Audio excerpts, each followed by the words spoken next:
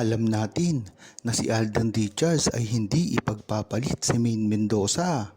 Matagal na itong usap-usapan na tungkol sa pagbe-break ni Maine Mendoza at Alden Richards noong taong 2019. Matatandaan nyo ay napakaraming problema ang lumabas noon, ang mga open letter at ang mismong pag-amin ni Alden Richards sa kanilang tunay na relasyon.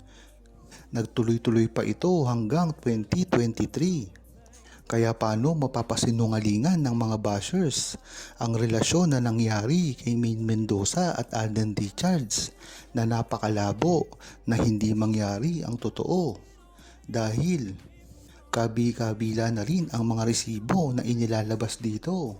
Ngunit bakit hindi ito pinaniniwalaan? Dahil na rin sa interes ito ng kani-kanilang mga iniidolo na alam naman natin na talagang dinudurog ni Maine Mendoza at Alden Richards pagdating sa estado ng kanilang mga karir. Hindi sila kasi sisikat hanggat hindi nila nasisira si Maine Mendoza at Alden Richards.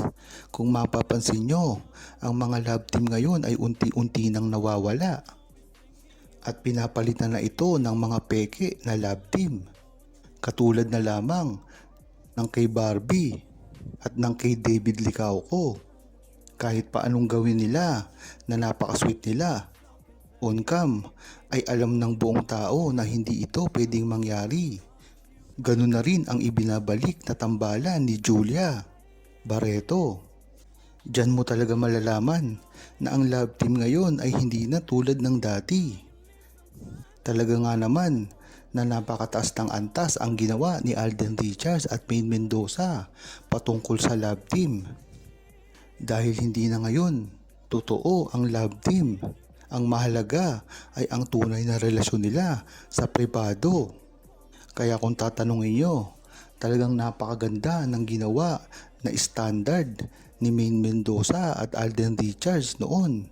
Dito nila binasag ang cliche ng love team na talagang makikita mo. Hindi ordinaryo ang ginawang pag-uumpisa ng tambalan ni Maine Mendoza at Alden Richards at ng Aldab. Talagang napakataas ng sinet nilang standard dito.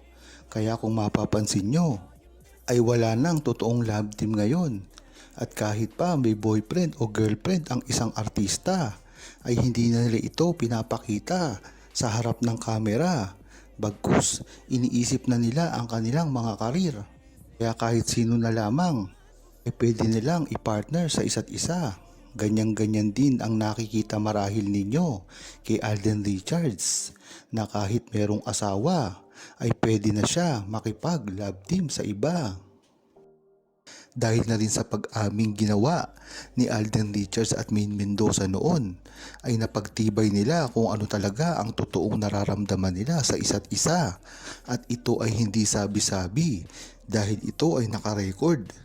At napakaraming resibo ang bumabalot dito, kaya hindi mahirap ito na ipaliwanag ni Maine Mendoza at Alden Richards at kahit kailan ay hindi ito mapapasinungalingan ng mga bashers ni Maine Mendoza at Alden Richards na alam naman natin na ang ginagawa lang ngayon ay ginagamit ang pagsasama ngayon ni Kathryn Bernardo at Alden Richards na alam naman natin na ito ay isa lamang para sa movie at walang katotohanan ito pagdating sa totoong buhay. Yan naman talaga ang nasambit ni Alden Richards sa kanyang mga interview. Ang pagsasama lamang nila ni Kathryn Bernardo ay iisa lamang turingan na parang magkaibigan. Marami naman sila dito. At marami na rin dito ang nagpapatunay na mga co-star nila. Kaya kahit anumang gawin nila ay hindi nila masisira si Maine Mendoza at Alden Richards dahil lalong-lalo na ang buong Aldab Nation ang nakapaligid sa kanila at kahit kailanman ay hindi nila ito masisira. Ganon din ang mga pahayag ni Alden Richards ng mga nakaraang taon na si Maine Mendoza lamang ang mahal niya. Hindi mo nababantayan ang bawat kilos niya hanggat hindi mo nakikita sa internet at sa mga video na ina-upload nila. Kagaya nga ng pagsisweet-sweetan daw ni Alden Richards at Catherine Bernardo na alam naman natin na wala itong katotohanan. Ngunit ang pinalalabas ng mga bashers at mga tao na gustong sumira sa relasyon nyo ay ito ay merong relasyon at tila nakasal na raw sila at nanliligaw na raw si Alden Richards at botong-boto raw ang mga magulang ni Catherine Bernardo. Ito daw ay may kasal at binigyan pa raw siya ng singsing. Ngunit kay Alden Richards at Catherine Bernardo na rin nanggaling na walang ganoong pangyayari.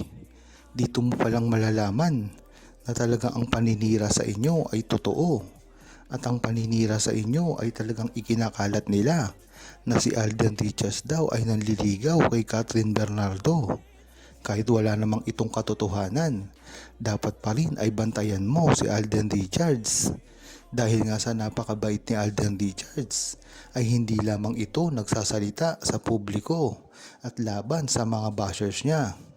Kaya dapat ikaw na rin ang gumawa ng aksyon nang sa gayon ay mahinto nila ang mga paninira nilang ginagawa sa inyong dalawa. Lalong-lalo na ikaw, hindi ka pa naman masyado naglalalabas ngayon sa mga interview. Wala kang kakayahan na ipahayag ang nararamdaman mo.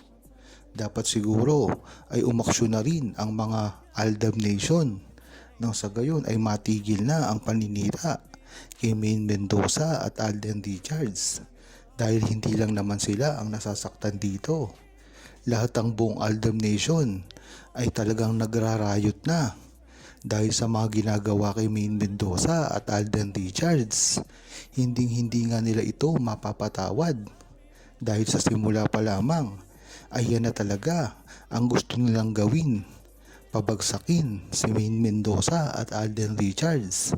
Yan naman talaga ang ginawa nila noon pa lamang sa kalyeserye.